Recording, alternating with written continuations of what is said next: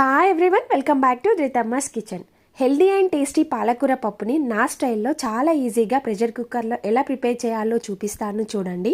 ముందుగా పెసరపప్పుని ఇలా నీట్గా వాష్ చేసుకొని పప్పు కుక్కర్లో వేసుకోవాలి. నెక్స్ట్ కొన్ని పచ్చిమిర్చి, కట్ చేసిన టమాటోస్, నీట్గా కడిగిపెట్టిన పాలకూర, నెక్స్ట్ జీలకర్ర, పసుపు, ఉప్పు అండ్ మెయిన్ ఇంగ్రీడియంట్ వెల్లుల్లిపాయలని జీలకర్రని కలిపి దంచి వేసేసుకోండి. నెక్స్ట్ కొంచెం ఆయిల్, సరిపోయన్ని వాటర్ వేసి ఒకసారి కలుపుకోండి. మూత పెట్టేసి జస్ట్ 2 విజిల్స్ వచ్చేంత వరకు ఉడికించుకోండి. చూడండి, ఇలా చక్కగా ఉడికిపోతుంది. జస్ట్ గరిటెతో ఇలా స్మాష్ చేసేసుకుంటే సరిపోతుంది. నెక్స్ట్ పోపు కోసం ఆవాలు, జీలకర్ర, శనగపప్పు, ఎండుమిర్చి, కరివేపాకు, వెల్లుల్లిపాయలు, పసుపు వేసి పప్పులో పోపు వేసేసుకోండి. ఇక లంచ్ బాక్స్లోకి అయితే చాలా క్విక్గా చేయొచ్చు. అండ్ అలాగే పాలకూర తినని వాళ్ళకి ఇలా చేసి పెడితే ఇష్టంగా తినేస్తారు. మీరు కూడా ట్రై చేసి ఎలా వచ్చిందో కమెంట్ చేయండి. అండ్ నేను చేసిన రెసిపీ మీకు నచ్చితే ప్లీజ్ నా ఛానల్ని సబ్స్క్రైబ్ చేసుకోండి. Thank you.